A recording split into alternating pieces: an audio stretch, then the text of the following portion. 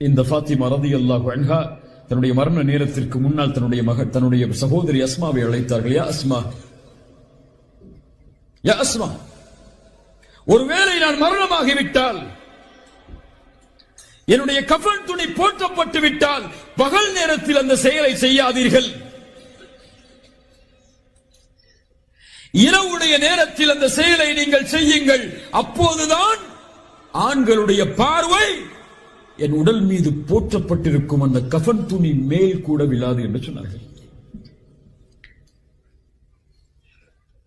5-6 துணிகளோடு சுத்தப்படும் ஒரு பெண்ணுடைய உடலுடைய கஃன், அது போற்றப்பட்டாலும் என்னுடைய உடலுடைய வடிவத்தையோ என் உடலையோ ஆண்கள் பார்த்துவிடக் கூடாது, மறைத்து வையுங்கள் என்று சொன்னார்கள் இரவுடைய நேரத்தில்.